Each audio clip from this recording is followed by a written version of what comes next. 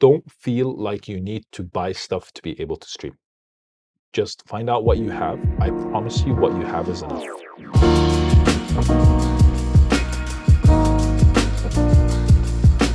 For the people who don't know who you are, can you just introduce yourself and tell the people what you do and who you are? Of course, my name is Deeb, aka Lovidor, aka D3.Deeb, aka Anubis. I've had many nicknames over the years, but I'm Deeb, Lovidor. Born and raised in Qatar. Um, I'm a content creator as a hobby, but as a passion and as a business of mine, I'm an esports tournament organizer slash co-founder and CPO of Project Infinite, which is the company that owns and operates the Showdown platform.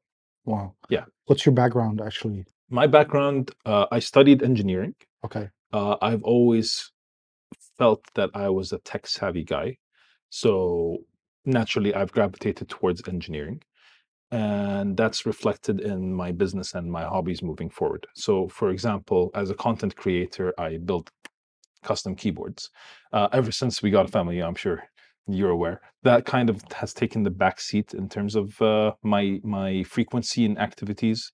But I love everything to do with tech, and building and reviewing custom keyboards is my creative outlet in that regard. As far as Showdown is concerned, then that kind of also fits into my technical background, because being an esports tournament organizer requires a certain skill set that I believe requires a technical background.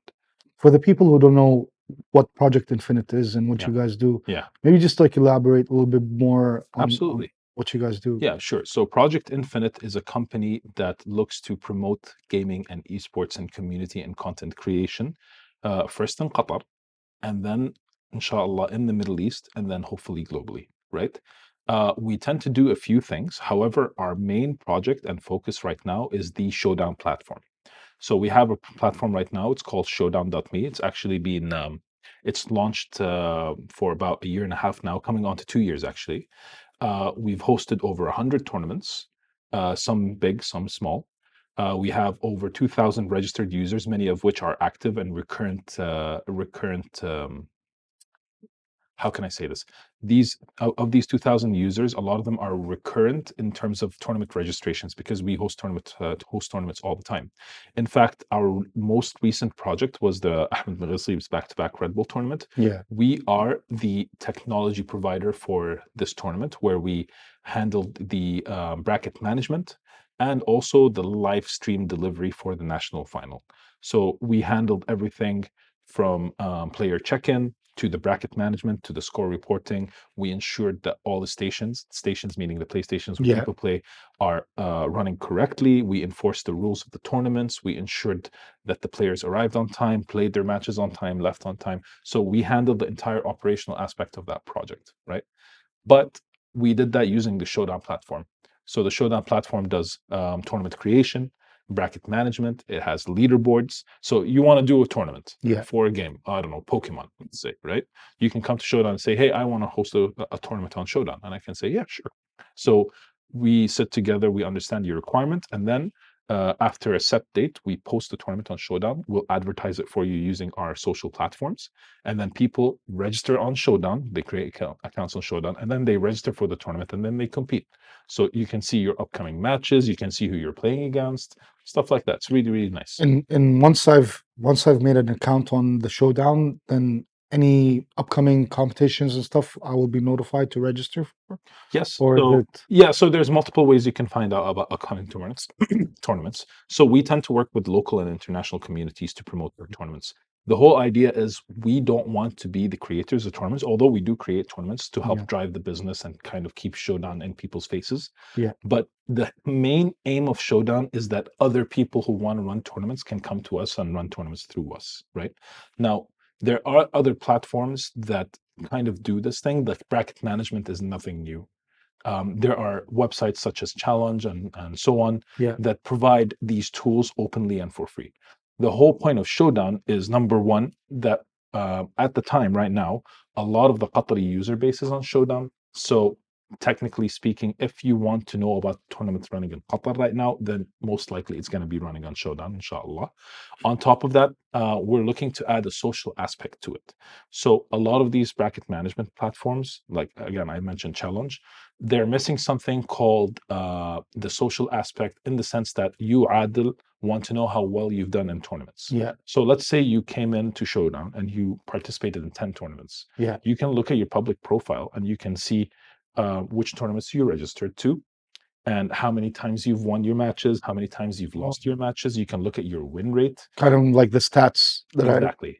that I've That acquired over the years, basically. And Absolutely. And you can take these stats and you can kind of consider it like LinkedIn. You can show, like, hey, look how good or bad I'm doing in these tournaments, right? And this is the whole point of Showdown, because the social aspect of it is you can follow people who you feel are good players, or you can ask people to follow you if you want to build a following on Showdown.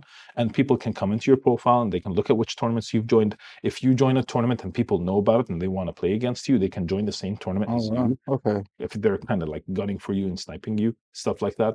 So that's the whole social aspect that you don't find in other platforms. I see. The platform is still new. We're still looking to develop features with it, but we've built a lot of strategic partnerships, and these partnerships help us understand what we're doing right, what we're doing wrong, and how we can fix our mistakes and build on an already, I believe, solid platform. Is there a specific type of games that are on Showdown, or are you guys kind of open to any type of games? So right now we support most kinds of games. If they're not supported, then with a little bit of time we can make them support it. But it's not about the game, it's mostly about the tournament style. So Okay. for example, you have tournaments that are like single elimination. So single elimination tournament is basically you build a bracket, let's say 16 players join the tournament, right? So 16 players join the tournament, you have 8 matches and 2 players play against each other. This is called head-to-head style, right? Okay. A lot of most tournaments, Yeah. especially esports tournaments, are head-to-head style tournaments, right? Yeah. So Well, we once in one is eliminated, and then you go to the next round, and then exactly. So we we support move up that. the بالضبط. Yeah, exactly. pyramid. So we support that. We support double elimination as well. We support something called round robin groups. So similar to like the World Cup, for example, we're Yeah. building support for free for all. So free for all is very good for games like Fortnite, for example, Okay. because head-to-head styles per match you require one player versus one player, and one comes out on top. But for games like Fortnite, free for all, in a single match you have up to 100 people, let's say, and then in that match you have a ranking of first, second, third, fourth, fifth. I see. Depending on who gets eliminated first and who makes it to the end, etc. Right? Away from the Showdown platform, you also provide streaming. Is that part of the Showdown platform, or is that separately? That's done separately. So a bit of history on Project Infinite. We actually started off as a company called Stream Infinite because, strangely enough, a lot of people in Qatar don't know how to properly stream. Like, sure, you have people who can stream casually, Yeah. but the moment you add more than a camera and a screen capture, things get really complicated, right? Alhamdulillah, alhamdulillah, alhamdulillah, I have a knack for this kind of thing, right? I'm not saying I'm special and I'm the only one that can do this, but people quickly found out that if they have a question, technical question with regards to streaming, usually they come to me and do it.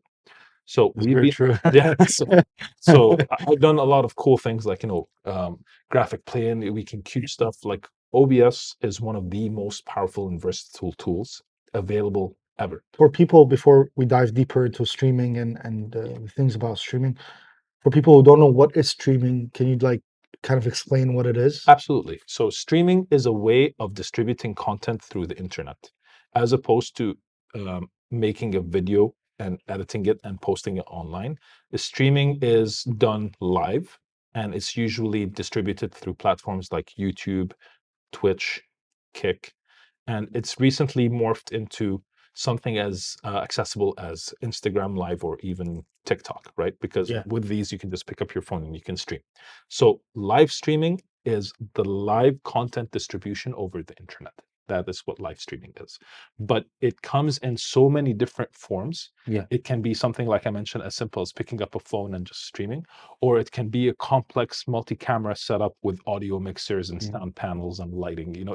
The spectrum is really wide Wide. when Yeah. it Yeah. comes to live streaming. Yeah, It's amazing because the way when I look back at live streaming and how it started off with like just a phone and your camera, and how it evolved into like you have now softwares and you can add effects, and everything is done actually on the spot, yep. and assigning certain buttons to Mhm. like create a more interactive kind of streaming. It's very really interesting. And talking about streaming, because we've actually worked together on one of the streams, and that was one of my favorite streams of all Yeah, time. breaking limits. Breaking Limits with Yeah, the with Misa, miso. yeah, Faris Al Bach. For people who don't know, he's a Olympic weightlifter, first Olympic gold medalist for Qatar. Yep. When we did Breaking Limits, that was me trying to push and see how much further you can go with streaming. And in that moment, I realized like it's such a big thing that people really, it's underrated. It is. Uh, it's like you said, it's as simple as putting up a camera and just like filming something. But when you go on like something like a big event and covering that and having multi cameras and just like your imagination is your limit and Yes. whatever you can come up with. And I don't think it's ever been done in Qatar. I mean, correct me if I'm wrong, because covering something like that type of event where a sport event that is worldwide. I think it got over 10,000 views Yeah, man. at one point, and Man, we had commentators calling in. We yeah, had two commentators calling in, yeah, and we had a commentator on site. yes, We had, I think, 3 cameras set up. three. Well, four. Yeah, four. Well, three with 3 on the live stream, 1 recording. yeah. Well, no, not recording, but three on the platform where Miso was actually performing, Yeah. and one on the commentator. Yes. And we were recording in between whenever he's doing the lifts. But Yep. just that whole experience was Was very nice. an eye opener for me, and realizing what you can actually do. You know, as a filmmaker working on live streams, I found it so exciting to actually cover sporting events and because most of the live streams I've seen were more of gaming events and um that feeling there's some sort of like an exhilarated not exhilarated like a more there's a excitement, you know, as a filmmaker to come and be on a live set and filming something live and having that access to not need to go back and look at the footage and edit and do that was like I think that was just so interesting and exciting to work on. Mhm. how how do you see that working in the future in terms of events coverage and you know, instead of having one static camera, how do you see filmmakers and streamers going together and working and building bigger events and things around in Qatar or in this region? I think so. If you're talking about the crossover between live streaming and filmmaking, right? Yeah, As a filmmaker, your tool is the camera, yeah, right? That's your tool. Yes, there's a lot more to it than that because you take the source footage and you put it through a post-production process that leads to an end result, right? So as a live streamer, you lose access to being able to change something after it's been recorded. And if something happens that messes up live, there is nothing in the world that you can do to change that. So your tool becomes the cinematography part of it, right? hmm The camera framing, the actual camera itself, the lens, the lighting, all that part can be done. There are elements of the post-production process that you can bring up in advance. So, for example, you can do the color grading in advance. You can um, kind of have editing in mind in the sense yeah, that you can have a run of show, and in that run of show, you can kind of call that cuts or whatever in terms of editing. So if you as a filmmaker want to talk to a live streamer, then definitely have a plan in mind for the event itself. And there are so many things you can do as a filmmaker for a live stream. And have definitely an idea in mind. Have a lot of cameramen.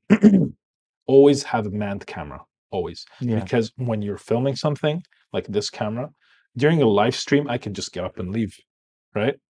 It could happen. You yeah, need to be able to have someone pick up the camera and adjust the shot and it's true. follow, you know? Yeah, So definitely have cameramen on all your cameras. And if you can't have cameramen, then have cameras with remote control that can follow around. Maybe have shots stored and you just press a button and it yeah, like pre-recorded kind of thing, just to save you if in case something happens. exactly. And Yeah. So, and the most important thing for you as a filmmaker is the art form changes when you live stream because you need to anticipate what's going to happen and plan for that in advance, Hmm. and then also be ready for the unexpected, right? That's it. You also need to identify the use case. So, for example, live streaming isn't just for gaming, because we've had live streams for weddings recently, right? Yeah, recently, Yeah, it's become a thing, live streaming for weddings. We've had live streaming for press conferences. Live streaming podcasts is the new big thing, right? yeah, Live streaming, so many different things, right? So the creative aspect for it as a filmmaker really plays a huge role if you understand what you're trying to capture as a filmmaker. Okay. So let me tell you, for example, like in a wedding, as a filmmaker, what do you care about in a film, right? You want to capture the bride and groom, yeah, you want to capture the family dancing, maybe you want to mhm, capture like a wide shot of like the venue of it looking nice, right? yeah, So as a filmmaker, you go with a camera, you film the groom and bride dancing, you film these guys and you film these guys. yeah. But as a live stream, you need to have a camera on a crane. You need to have a camera on the You, groom you and kind of have to be prepared in all aspects, exactly, because it's not something you can just capture and go back in post production and try to like put it exactly. together. Or let's say in post production, you can kind of hide your mistakes or hide or put together a proper, scene, or kind of be creative with it. But Yeah, in a live stream, you're kind of that's it. you- You're you're in the you're in moment. you're in the moment. Yeah. Yeah. And you have to be on your feet. You have to think fast. So that's the difference between live streaming and post production. But at the same time, you can kind of see where your value is added because you know where to place the shots. You know what you need to do to keep the content engaging all the time, right? So that's the crossover. I think the potential for the videographers and cinematographers excelling in live streaming is absolutely crazy because these guys are the creative guys and creativity is needed in live streaming. So yeah. Yeah. And you've actually gone further with live streaming. You've done, at Geekdom, you've used it a lot, Yeah. and I'm just curious, was that something you've always were interested in? Or you Yep. were working on live streams? So let me can I Please tell you go the for story? it. So first of all, I want to mention that okay, so I'm gonna cover a few points here. Yeah, go ahead. So back to Project Infinite. Yeah, It started off as Stream Infinite because I realized that I have a knack for this, right? When did I realize I have a knack for this? Before Stream Infinite became Project Infinite and Showdown came along. Okay.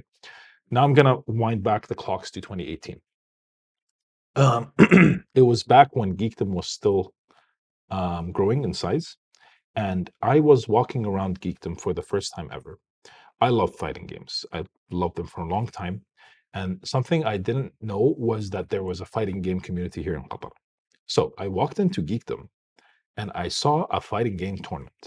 And I saw people who were really good at fighting games. And I thought the people who are good in fighting games are only in like Japan and the UK and the US, like like places far away with bigger communities than Qatar, which is very small in comparison. And when I walked in, not only did I see the great players, I saw a live stream and I saw people looking at the gameplay and having headsets on with commentary. And I'm looking and I'm like, what is this? I didn't know we had this. So at that time, it was run by a few people, but yeah. the person I spoke to at the time was the name was Fahd Al Asiri. Hmm. I went and spoke to him. I'm like, listen, man, whatever you have going on, I want to be a part of it. He's like, okay, great, bro. Let's link up, etc., etc. A week later, he calls me. He's like, we have a plan to do something called Desert Beatdown. And Desert Beatdown is a fighting game tournament we'd like to do. And I'm going to be out of town. And I need somebody to stream the tournament. And nobody besides me knows how to stream. I'm like, Afalik. Of course, I didn't know anything about streaming. Really? I had Nothing. no No idea. idea what to do. I didn't know what OBS was. I was going to use something called XSplit, and XSplit is like OBS, but you have to pay for everything. So I was like, no. So then I found out about OBS. In under 10 days, I learned everything about streaming. And I got like, I didn't have cameras like this. I got like little Logitech webcams. For microphones, I didn't use like dynamic mics and a mixer. I got a, the 3.5 millimeter jack. Yeah, yeah, I got a splitter yeah. and I just got two gaming headsets كحيان أبو 50 ريال and I just put them and I connected them up and then I just downloaded some YouTube music and I that was the background music and I went to YouTube. I'm like cool looping background animation and I went to YouTube downloader and I downloaded that as my background and I had some cameras. It was really weird. For the background graphics, I used not Photoshop, Mhm. not a free alternative of Photoshop. I used PowerPoint. Oh, really? I created all my graphics on On PowerPoint. PowerPoint. Yeah, there PowerPoint has. I mean, people don't talk about it, but it's quite powerful. It is. It's like a powerful program to work with. It is. You know what I did? I went. PowerPoint has something called remove background. Yeah. So I used to take pictures of people and I used to remove their backgrounds on PowerPoint and I used to put it on their stream with an animated background. It's just like it gets the job done, right? So, anyways, after I did that stream, Vlad came up to me and it's like, "Man, you're doing a better job than I am." And that's when I knew I had something cooking. Wow. So, alhamdulillah, after that time, I took on bigger and bigger projects. We did so it was Hatem, you know Hatem, Yeah, yeah, mutual friend of ours. yes, of course. So Hatem came up to me and was like, "Deeb, I think we have something going on here because Qatar Football Association approached us and would like us to stream Ahmed al-Ghasib's, it's called the FUT, which is an online tournament hosted by FIFA. And if you participate and you qualify, you go to Copenhagen and you represent the state of Qatar. Hmm. So they brought us in and we streamed that as well. Oh, And wow. they brought a commentator and we did graphics and it was this whole thing. The biggest project I did was Geekdom Live and Full Super. I don't know if Full you've heard. super, yeah, Yeah, of Full course. Super was the hardest The project I hardest, did. yeah, I can Yeah, imagine, because that required a lot of preparation and a lot of equipment that yeah, not a standard type of. I mean, you're kind of going more out of like the live streaming and more into like live TV. exactly, You know. exactly. And a big part of that, Salah, I have to give credit where it's due. Ahmed as a director, Ahmed Sharif Yes. as a director, was fantastic. Yeah, I can imagine. There was one thing though early on, and this is why I can tell you confidently that I'm one of the best streamers. Okay, I'm sure there are people as good as me, if not better, but at the time, like he told me, he's like, "Deep, are you sure you can do all the things I'm saying we can do?" I'm like, "Yeah." Like, and I was saying it so confidently, and there were like 10 people sitting. Amari was there, and a bunch of Oh, other yeah, people. yeah, And it's like, well, we're gonna switch the camera, and we need to do this, and we're gonna have to vision mix this and add the graphics and lower thirds. And then he turns to me, he's like, "Can we do this?" I'm like, "Yeah." And he's like, "How?" I'm like, "With a computer." And he's like, "Deep, are you sure?" I'm like, "Wallah al-azim, man." And afterwards, he came up to me. He's like, "Man, I don't know how you did it, but you just did a job that takes usually 10 people to do yeah, because you have audio mixer and vision mixer and multiple cameras." yeah. But Salaha, a lot of the efforts of Full Super were Ahmed. Like he dreamt up the idea, he wrote the scripts, the set design. It was not just him, but he kind of oversaw everything. There was a huge crew for Full Super, and I It was remember insane. I watched I was actually watching it live, and I was Yeah, like every time an animation or something, like my whole fear with like live streaming is that moment where like something glitches and yeah, you're gonna have to put that be right back, or yeah, we'll be back soon and stuff.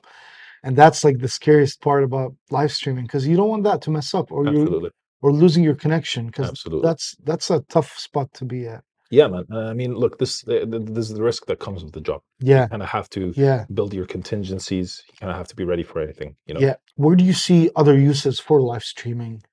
Oh, the users, the uses are infinite. The use cases are pretty much any kind of communication that you want to get from one person to many people. Yeah, It can be done through live streaming. Live streaming, in my opinion, is the most effective and most decentralized, and I don't want to say democratic, but it's definitely something anybody can do, right? Form of communication that you can find forever. For so looking back again, I don't want to be philosophical, but back in the day in Qatar, we didn't even have satellite TV. Everything was local, yeah, right? If you wanted to know what was happening in America, there was no way for you to know. You had to wait for the newspapers to come in the next day for you to know what happened. And then satellite TV came, and it was just this insane thing. Wait, I'm watching a channel from Italy or from wherever. That's insane. But it was all dominated by big corporations. If Adil wanted to get his message out to millions of people, there is no way he could do that back then. yeah. And then live streaming came along. But before live streaming came along, there was, of course, video on demand online. So, in the likes of YouTube, if you remember the name Daily Motion, Yes, of you know, course. Yeah, yeah, yeah. so all these websites where any user can take a piece of content and upload it online and anybody can see it. That was the age of like of social media, essentially, right? It kind of blew off during the pandemic, to be honest. Yeah, of course. Like it became such a huge thing during the pandemic, Yeah, especially especially with like Zoom meetings, because that kind of thing is kind of live streaming also. Because yes, when you're calling through Zoom or seminars, classes, everything became kind of online, and you kind of had to find a platform that can actually work for this type of for streaming, basically. exactly. But the point of live streaming is it's two things. So I first covered the first thing, which is anybody can do it. Yeah. And you can do a really bad job or you can do a fantastic job. And honestly, yes, equipment and technology plays a role. The deeper your pockets, you can have nicer cameras, nicer lights, nicer set, nicer sound equipment, but also it's really creativity as well. Okay, the other part of it is the interaction, Mhm. because with live streaming, usually when you have a window for a live stream open, what do you see on the right? See the comments, You you see see the chat. the Exactly. chat, the interact. So the interactive option, the interactive portion for it as well, makes it really nice because you can engage and connect with your audience, right? Yeah. This is something that you can't do with like Al Jazeera. They're like, oh, send us on WhatsApp, like the Yeah, link and then they kind of like have to type it up, and then it'll either run on the scroll bar at the scroll bottom, bar. and then Yeah, it yeah, comes up, but there's no interaction, that's true. Yeah, So that's yeah, why live streaming is amazing. and that's like live. Like you're on the spot when you see that coming up. You kind of like it's kind of like doing a show, and you have like 1,000 people in front of you, and you're getting feedback Exactly. on the Like spot. Oprah. Yeah, Like you have a live audience. They're not live, but yeah, you get the feedback. yeah, They all have mics and they're typing out their feedback and they can hand in comments and etc. So back to your original question, where does it apply? It can apply. You have it kind of got off the rails, if I'm being honest, because people live stream anything these days, right? yeah. Like there's people who live stream themselves sleeping and they get thousands Yeah, of views, yeah. There's actually there has been a lot of controversy and a lot of backlash on streamers who actually do those reaction videos. Yeah. And I know at one point streamers would like sit down and watch the video, and as they're watching the video, you're actually watching the video with them, Yes. and then expecting some sort of reaction. And there has been a lot of backlash, Yeah. but you cannot deny that it has made a lot of not creative people, but like there has been a lot of there has been a lot of creative people on that platform, Mhm. whether being a musician or people showcasing their skills, gaming, or a sporting event. These things has been growing, and we actually have a mutual friend, Adnan, who does live streaming Yes, on exactly. Twitch Yeah. and podcast, Unmuted, and I No, think muted I show. think he's doing a beautiful job, to be Adnan is honest. absolutely, yeah. Adnan, if you're watching this, like if you're visiting Qatar, please come here on the show. Yeah, man. I want to tell you something about Adnan. Adnan also came up to me and he's like, Deeb, how do I stream? What do I do? Yada, yada, yada. But then very quickly, he started doing stuff that I'm not going to say I can't do because I just need to research it and then I can do it. Yeah, yeah, But just didn't know about. exactly. But Adnan, who is not tech savvy at all, is doing amazing stuff as a streamer, right? Yeah, And not just that, but Adnan is charismatic and he's able to connect to many people and bring on people on his show and not just bring them on, but also interact with them in a way that's really fun and engaging, not just for him and the guests, but also for the viewers as well. that's true. And that's something that you couldn't do before with streaming. On the topic of controversy, people watching content and reacting to it, in my opinion, is perfectly fine if they do two things. Number one, if they credit the content that they're watching. So Mhm. maybe put a link up or tell people to go watch this video, Yeah, stuff like that. At least give credit where it's due. And number two, if you add something on top of just watching the video. true. So the controversy that you're talking about, I think relates mainly to XQC. I don't know if you've Yeah, heard yes, XQC. yes. Yeah, where he did the worm.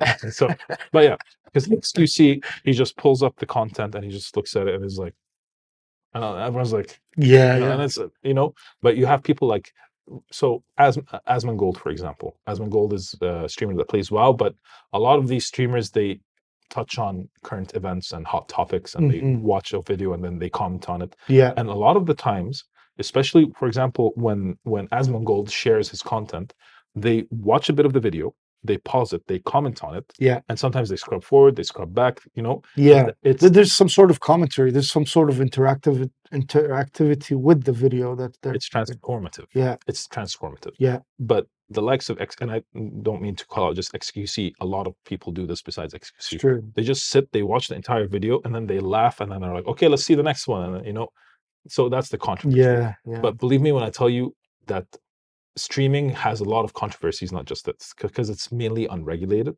Because like malicious streamers can just like do anything. yeah. That's true. So And it can get out of hand sometimes. exactly. Yeah. Away from the controversies and everything, for a person who actually is considering live streaming Mhm. or someone who's actually interested in live streaming, Yes. what would be the perfect first step? If like looking back now, Mhm. knowing what you have Mhm. learned throughout these years, what would be the perfect way to start streaming? To start streaming, definitely learn what you need. First of all, advice: don't feel like you need to buy stuff to be able to stream. Just find out what you have. I promise you, what you have is enough. Calling back to Ahmed Abbas when he wanted to do sit downs with Seth, Yeah, he got a Yahyan laptop that's barely able to run Excel, and we used to stream using that for Force Sports. yeah, I You know, remember. Yeah, okay, it used to be jank and it used to go black, but you know, we used to stream. yeah, yeah, Okay, so number one is don't fall for the need or the want to buy stuff. yeah. Number two, educate yourself. And if I can shout out two people that have helped me a lot in learning how to stream, Epos Vox is a big YouTuber who is seriously the biggest gold mine of wealth when it comes to streaming equipment, OBS. And Epos Vox is a videographer, so he goes into like detail about, like, for example, the subsample rate 422, 420, Yeah, you color codecs space. and Exactly. yeah, He yeah. goes over all that, and OBS is capable of doing all these things, right? So definitely watch Epos Vox. It might seem like you're doing a master's degree when you're still a bachelor, but trust me, the information is really there, is readily there, and he does stuff from beginner to intermediate to advanced pro stuff. Another person I recommend you watch is Nutty. Hmm. And Nutty is a guy that kind of gives you ideas to make your stream fun and interactive, right? So Epos Vox is the technical, like you need to do this, you need to set it up this way, you need to do this to stream correctly. And Nutty is like, if you wanna give yourself googly eyes, then you can use this software. If you want every time someone says yay to have confetti pop up in your stream, then you can do this, right? And yeah, so definitely don't buy, and definitely educate yourself. And number three is, please have something original. It's really hard for me to say that because a lot of original ideas are you looking at an existing idea and putting your own spin on it. Hmm. And that's something I totally respect. And if you want to do that, then that's fine. But don't just be like someone else. And if you do want to stream, don't be discouraged. Just make mistakes. Who cares? Right? Don't be discouraged. One viewer, fine. I started off with one viewer. Tell your mom to come watch you. Tell your sister, your friends, your cousins. Tell whoever you want to come in to come watch you. Send out a link. Tell them, take this link, send it to other people. Don't be discouraged. It's fine. Everybody starts with one viewer. And usually that one viewer is you Yeah, having the stream playing been automatically. playing. Exactly, right? It's true. Yeah, It's very and true. that's what happens usually, right? Yeah, Mr. Beast for ages has had very, very few subscribers, and then suddenly he blew up. You never know. you never know. You Yeah, never know. that's true. Yeah. It's just how social media works. And for people who want to use software, you'd recommend OBS. OBS. And a platform. What's a good platform for people who want to do live streaming? For Showdown, where do you live stream? Do you live stream on YouTube or? So we live stream on Twitch, but for us, it's not our main focus to live stream. Usually, we live stream on other people's platforms. Mhm. So, for example, for Ahmed Maghazib stream, we live stream to his channel. For the QFA stream, we live stream to the Qatar Olympic Committee channel. It really depends. But in general, if you want to stream, I recommend you stream where you're comfortable um, maintaining an interaction long term. Mhm. So that kind of is a problem because, for example, Twitch was the streaming platform of choice until very recently. They rolled out a bunch of policy changes about advertisements, like you're Yeah, not allowed to advertise third-party content. If you are, it has to be a really small logo on the side of the screen, and it kind of really rubbed people the wrong way recently. So that caused like this mass exodus of people leaving Twitch for Kick. I see. Okay, for example, one of the biggest names in streaming forever, Dr. Disrespect. He was on Twitch, and then he moved to YouTube, and Yeah. for a short time he moved to Facebook Gaming, right? So I think a platform should not be your main focus of streaming. I think just stream where you're comfortable with and where you feel like, yeah, you know what, this is my platform. So for example, how can I explain this? For some reason, Qatar and Twitch, they don't mix really well in terms Hmm. of internet connection. So if you want to stream direct to Twitch, for some reason the connection is jank, even if you have like a 1 gigabit connection. If you want to stream more than 2 to 3 megabits per second, for some reason it keeps cutting up on Twitch. It keeps freezing. And a lot of people, I'm sure, watching this video are going to say, yes, I have this problem. Solution, go to restream.io, stream to restream.io, and then from restream.io, stream to Twitch, and that solves your problem. With YouTube, you don't have this problem. You can stream up to 4K, 25 megabits per second, and it's not going to be a problem. With Kick, to be honest, I haven't tried yet. Platform isn't that important. It's fine. Is just work with whatever you're comfortable with and wherever you feel like Yeah, you belong, absolutely. as far as spending time on that platform. Follow the market. I think that's the best advice I can give you. Hmm. So, whoever you're trying to target, follow that. So, for example, on social media, Snapchat, even though you don't hear the name Snapchat anymore a lot, in the GCC, Snapchat is still huge, It's still huge. Yeah, it's very true. even with the rise of TikTok, even with Instagram introducing stories, which is originally a Snapchat feature, Yeah. right? But Snapchat is still very popular in the GCC, right? So, follow the market. Very important.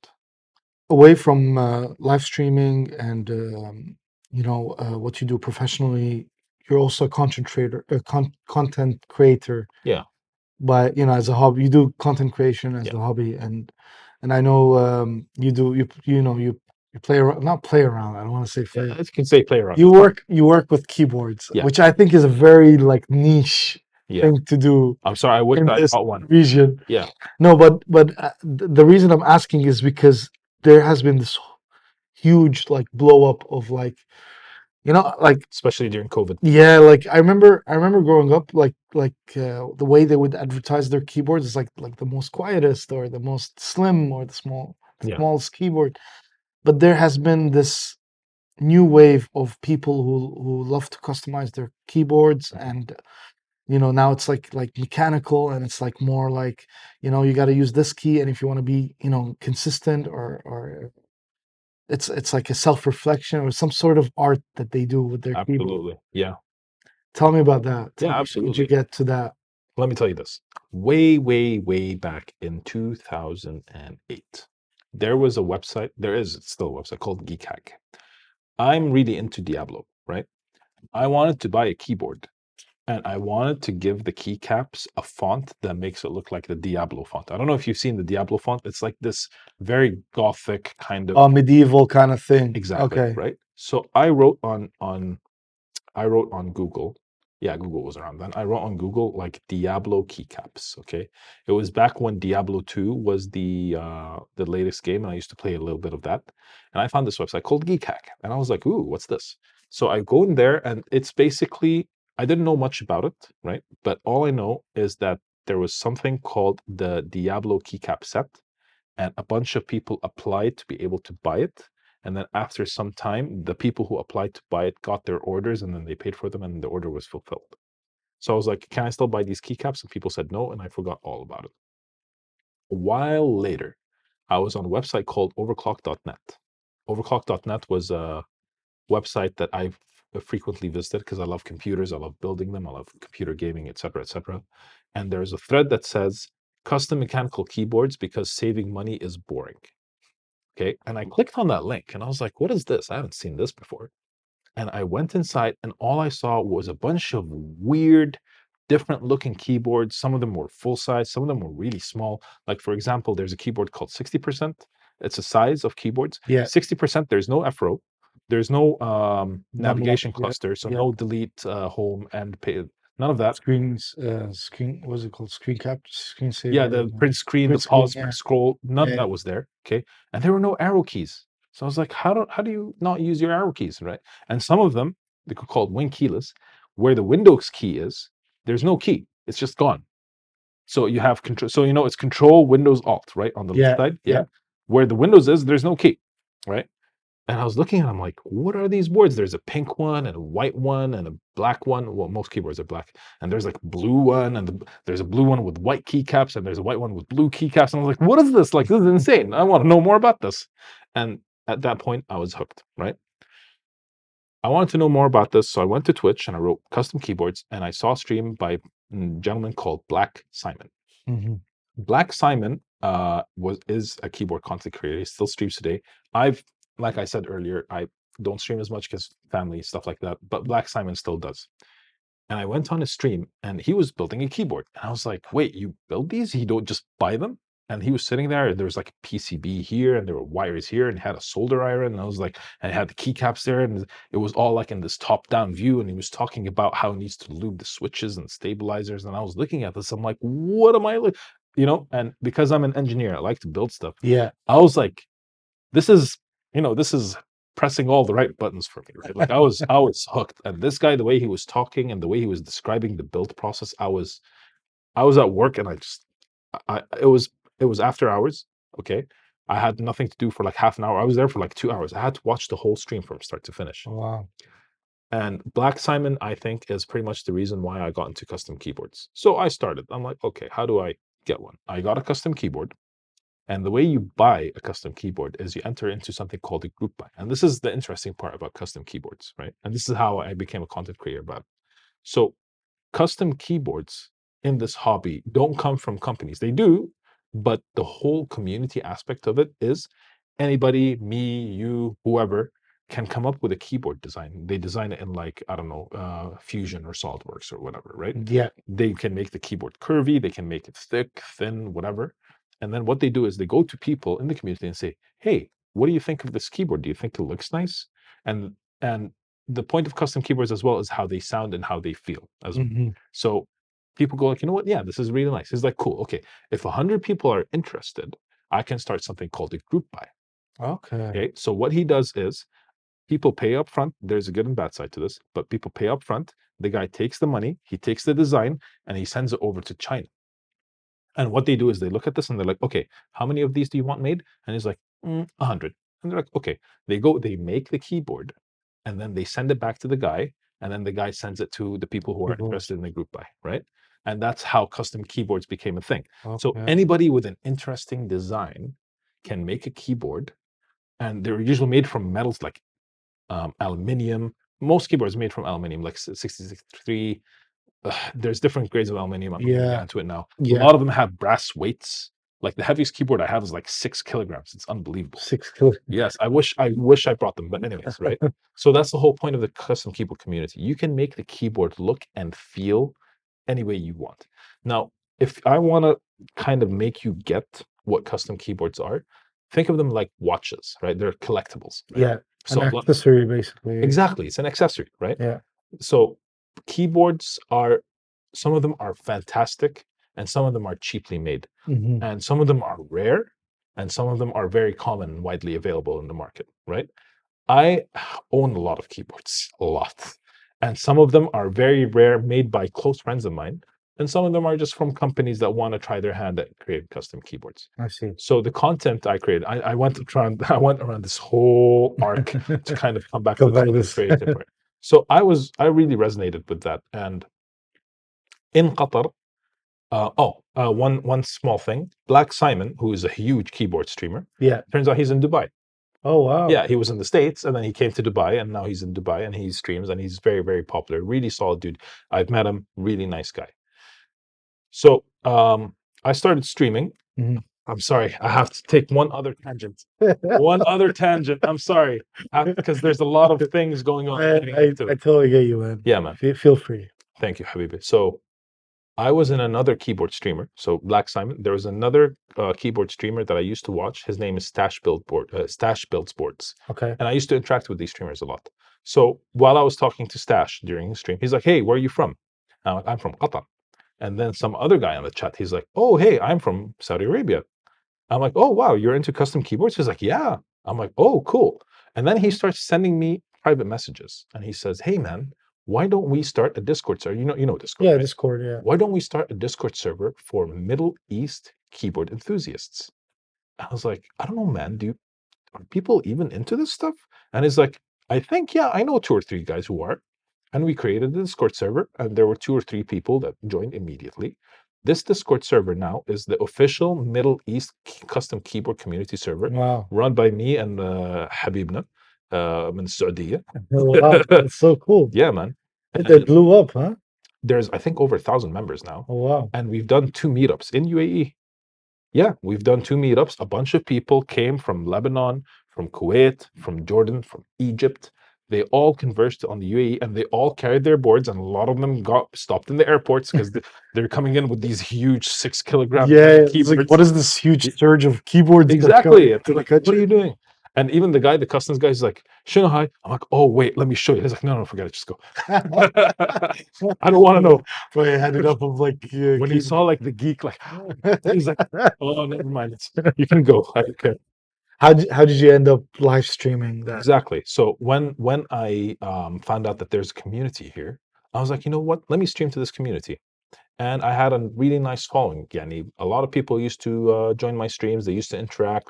It's dude, it's highly meditative, you know? People tell me that because my voice is It's very so weird, deep. but like I was like I saw you like you know you mentioned you were going live and I was like I need to check this out, like I need to understand. And I went live and I swear to God I was like I'm just gonna check in, you know, and I ended up staying the whole stream and I was like Why am I here? what's going on? Like, you know, and then the next day I remember it was so funny. And the next day I you know I woke up and everything and I was in the car. I was like, maybe I should get a keyboard. You know, maybe I should get a soldering. Like I gotta ask Deeb. Like, should I what soldering should I get? You know, like what? How do I start? When's your birthday? I'll give you, You give you a boy. know? Appreciate it. It's Thank gonna be. you. It's gonna affect your productivity. It's gonna be tiny, but at least you have a cool board. No, I found it so meditative for Yeah. some reason, and you we cannot deny this, but you have a deep voice. Yes, I have a deep voice. Deep has a deep voice. And it's so relaxing, Oh, thank you you. know, and I like appreciate it. just I ended up watching the whole stream and I was like wow, this is I was like, I couldn't wait for the next one, and then Yeah. you stopped for some time, and Yeah. I understand life can get into the way, and people misunderstand. They think I think a lot of people misinterpret that um it is so easy to live stream, Yeah. but actually there's a lot of preparation that goes behind it, and you Yeah. want to make sure that you know everything works properly. And It's not that. It's you can stream, and if the stakes are low, you can just stream. But when you have a following, yeah, when you have something good going, then you have to put a certain amount of preparation and effort yeah, into keeping that momentum, right? And when you have this thing called life, especially as a married man with 2 kids, you have to be human. Like a kid's gonna, like, during a stream multiple times, my kid, my yeah. kid's never like, oh, you're streaming. Oh, I'll let you finish. It's never, No, never, yeah. never. Whenever there's an emergency, like, this one time during a stream, my wife called me, she's like, you need to come pick up your kid. Oh, And I'm like, I'm in the middle of a stream. And she's like, that sounds like a you problem. I'm like, so I had to go, like, be right back midstream, 15 minutes. oh man, 15 minutes, nothing happening on stream. I went from 180 viewers down to like 10. Because it's a killer. Yeah, exactly, it's a right? killer. So streaming is hard if you want to build it. Well, it's a commitment. It You is. know, It is. you got to be committed to it, and it's tough, and life does get in the way It does. and you know what is so interesting? I've realized that um, there's a lot of like live streamed videos that are getting more traffic than pre-recorded videos, Yes, absolutely. which is interesting. And I mean, it made me think the other day. I was like, could it be because the interactivity is there and it's happening in the moment, and people are you know they want to be there to watch you streaming, or does it have to do with what your content is? Yes. What are you creating? Yes. And adding that value to the person who's actually watching it. You know? Yeah. Let me tell you why it's not the interactivity. Because when you become a huge streamer with tens or hundreds of thousands of viewers, trust me, the interactivity goes out the window. Hmm. Because the chat moves so fast that you can barely read anything, number one. But the interaction part of it actually becomes kind of weird because instead of talking to an individual person, Yeah. the chat kind of becomes like a hive mind Yeah. But because if there's like a whole conversation that's actually happening. Yeah. not just that. So for example, someone does something on the stream Hmm. and then the entire stream kind of reacts a certain way. So hundreds of people like say the same thing. So Okay. to the streamer, it's like, "Oh, chat, why are you mad?" Or "Oh, chat seems like to like what's happening." Yeah. So individual opinions kind of fade away, and it becomes kind of a hive mind. Okay. Okay, It becomes so a person of itself, right? exactly, because if you look at a stream, especially with big streamers, so for example, when someone says something funny, Yeah. like an emoji would pop up and it would be one person spamming that emoji, so it's a line, and then it's hundreds of people spamming that emoji. So suddenly you see the chat spamming this one emoji and you'd know Yeah. that the You chat, just yeah, straight away your eyes will just jump to that and see exactly. what's happening. Let me tell you a quick story. There's a streamer for Call of Duty called Tim the Tatman. Okay, now if you want to chat normally, then your chat is just going to get lost in the avalanche of the Yeah. chats that come in. Which normally happens in any type of live stream that's happening, Yeah, there's a huge traffic coming in and people are exactly. So how do chatting. people get their message across? They do tips. So what you can do is you can do something called text to speech tips. So you donate like $5 or $10 or whatever, and there's different thresholds which you can donate. Mhm. So if you donate $5, then it like appears on text. If you donate $10, then he'll read out to you. Okay. Tim the Tapman was barely able to keep up with the bunch of people donating $10 because he used to get there's a cooldown on the stream. It's like every 10 seconds he gets a message. So it got to the point that he was just sitting there the entire stream just responding to these. So he tells his mod, up the threshold to $25, right? And you know what happened? Wow. Nothing changed. It's just people started tipping $25, That's but the crazy. messages kept coming in So, every 10 seconds because this guy had like 50,000 viewers watching. oh wow. Yeah. And they all like, hey, like, some of them spam weird stuff. But the point I'm trying to get across is whether it's pre-recorded content like Mr. Beast, like PewDiePie, like whoever, okay, Yeah. or live streamed Live content stream. like Pokimane, like Pay Money Wubby. You don't know him, don't watch Pay Money Wubby. Actually, watch him. I love Pay Money Wubby, but yeah, or Hassan Piker. I'm sure you've heard of, right? Yeah. It's the content and the way the content is displayed is different. Like Mr. Beast, production value, weeks of planning, stuff like Yeah. that. Yeah. These guys are more like in the moment, it's charisma, characters, stuff like that, right? But you also have so there was the leak on Twitch, if you remember, a while back, right? Of how much money streamers make. Yeah. Yeah. That's true. Number one was Critical Role. You know Critical Role? No, Critical Role is a D&D stream. And the production value is actually really high. Multiple cameras, they have a huge table, they have a set for D&D, they invite celebrities, stuff like that. So production value also goes into live streaming. But I talk a lot. It's the content. It's just the hmm content, not the interactivity. No. a lot of people go into streaming expecting that they can make money out of it, Yes. and a lot of people are set back because of that, and they Yes. end up not streaming at all and leaving that. Because they're missing the point. Look, it If you've learned some, like, what is that? The whole point of streaming? I'll tell you what it is for me and what I think it should be for everyone. Okay. For me, streaming was an outlet. Streaming for me was a way, again, during COVID, but streaming was a way for me to be creative, to express myself, to connect with people, right? I don't mean to get philosophical again, but as a married man who's getting older, your circle of friends is shrinking, Yeah. right? The things that you can do for fun and things that make you happy genuinely. Okay, yes, you have family, they make you happy, but you as an individual, the things that you as an individual make you happy are shrinking, right? So streaming for me was a creative outlet that I felt made me push myself to try new things. It made me think of ways to get out of my comfort zone and put myself in front of people. I'm not the most attractive guy, but I had to think about camera angles and lighting and stuff like that, right? So I think for me, if streaming is fulfilling, it's a creative outlet for you, then these are the things you should do. And if you find that there are small things that you can change to make a living out of it, then do that. If you think of it the other way around, it's like, I want to make money, but also I want to be these two things, hmm then you're never going to reach You're it. never Yeah. gonna reach. Because If you do these two things first, if you do something that makes you happy and is a creative outlet for you, then if the money doesn't come, then who cares, right? That's true. But if you go into it for the money and the money doesn't come and it's not fun and it's Yeah. not fulfilling, then you're just going to drop the whole thing. Mm. I know people who streamed for years. They've streamed for like 3 or 4 years and they never got any money out of it. And they don't care about the money. They're like, I'm doing this for me. Right. But again, some people want to make a living out of it. So for these people who have something good going on and they start to see some money coming in, all I'm going to say is try to take your idea and monetize it without making your stream about the money. Mhm. Do you get what I'm saying? One last thing, market yourself. Very important. Market yourself and what you do.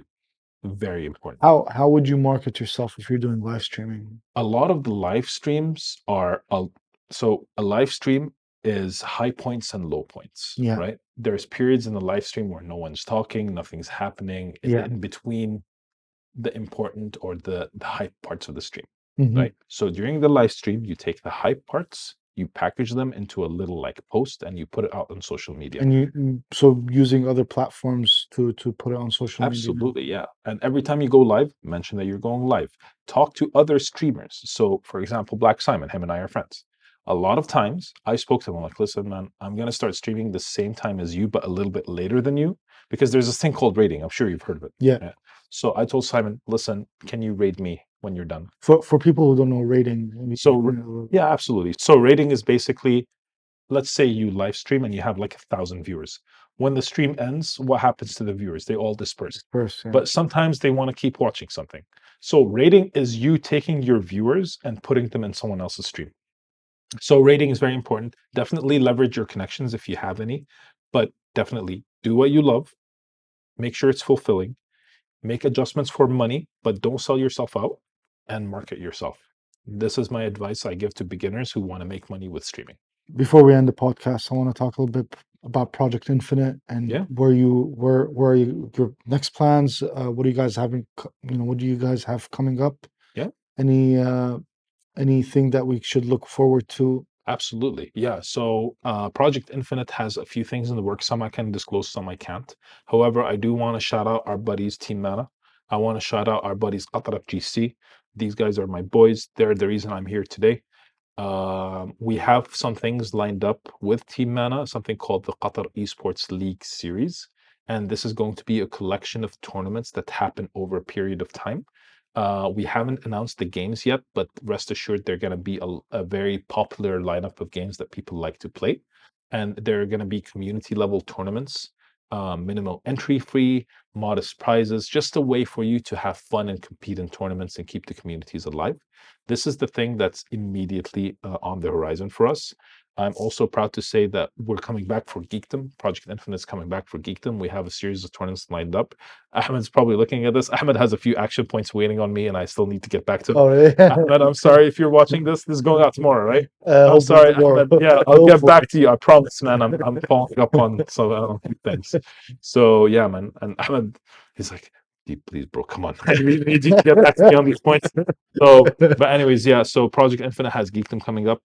You've been to Geekdom before. Yes, You know yeah. what it's all about. So that's what's been going on, inshallah.